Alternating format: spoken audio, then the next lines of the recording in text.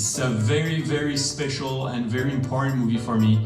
I had this original idea maybe 12 years ago. We tried to talk about our society and, of course, this industry of self-development and what it is to be a coach today. But I think it's also a take on how we create our own modern monsters.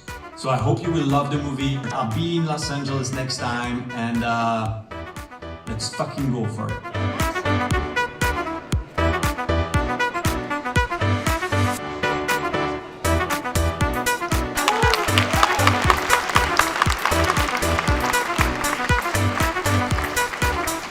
You know, this is the very first time I showed the film to a real audience, so I feel a little bit stressed and anxious, even if I was pretending to be very cool and relaxed 5 minutes ago.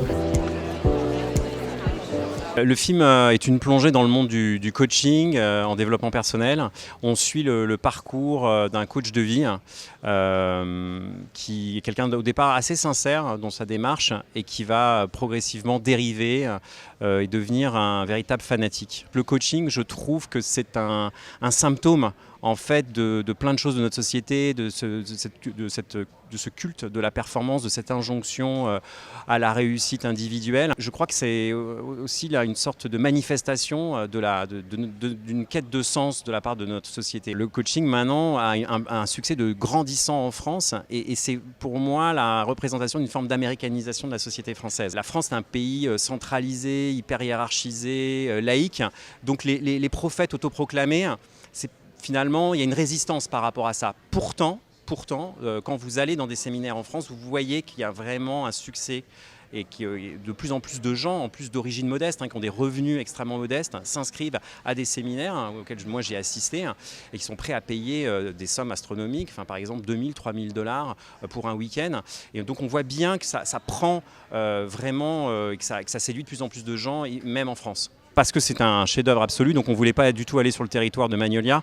Et donc on a évité absolument le coach viriliste, masculiniste, coach en séduction. Le film ne parle pas du tout de ça. On est vraiment sur un tout autre domaine. On voulait parler plus, si vous voulez, de ce culte de la performance et de cette notion de la positivité. Et comment cette culture de la positivité peut devenir toxique. Et Pierre a cette qualité, je trouve que c'est un acteur caméléon. Je trouve qu'il a une palette de jeux quand même assez large et même physiquement il peut être extrêmement séduisant, beau et parfois on peut le filmer de manière très inquiétante. Donc vous voyez, j'ai l'impression qu'il peut un peu tout jouer, quoi, et du coup c'est extrêmement plaisant. Mais il y a un film qui n'a pas de lien direct avec le coaching, mais qui m'a influencé un petit peu sur Guru, qui est un film qui s'appelle Nightcrawler de Dan Gilroy avec Jake Gyllenhaal. Dans Guru, le personnage, à un moment donné, on ne sait plus très bien jusqu'où il part dans une sorte de fuite en avant, on ne sait plus très bien jusqu'où il est prêt à aller. Il y a comme ça, on est un peu en immersion avec ce personnage-là. Et sur ce point-là, pour moi, Nightcrawler était une référence. C'est un film que je vénère. C'est vraiment un très très grand film.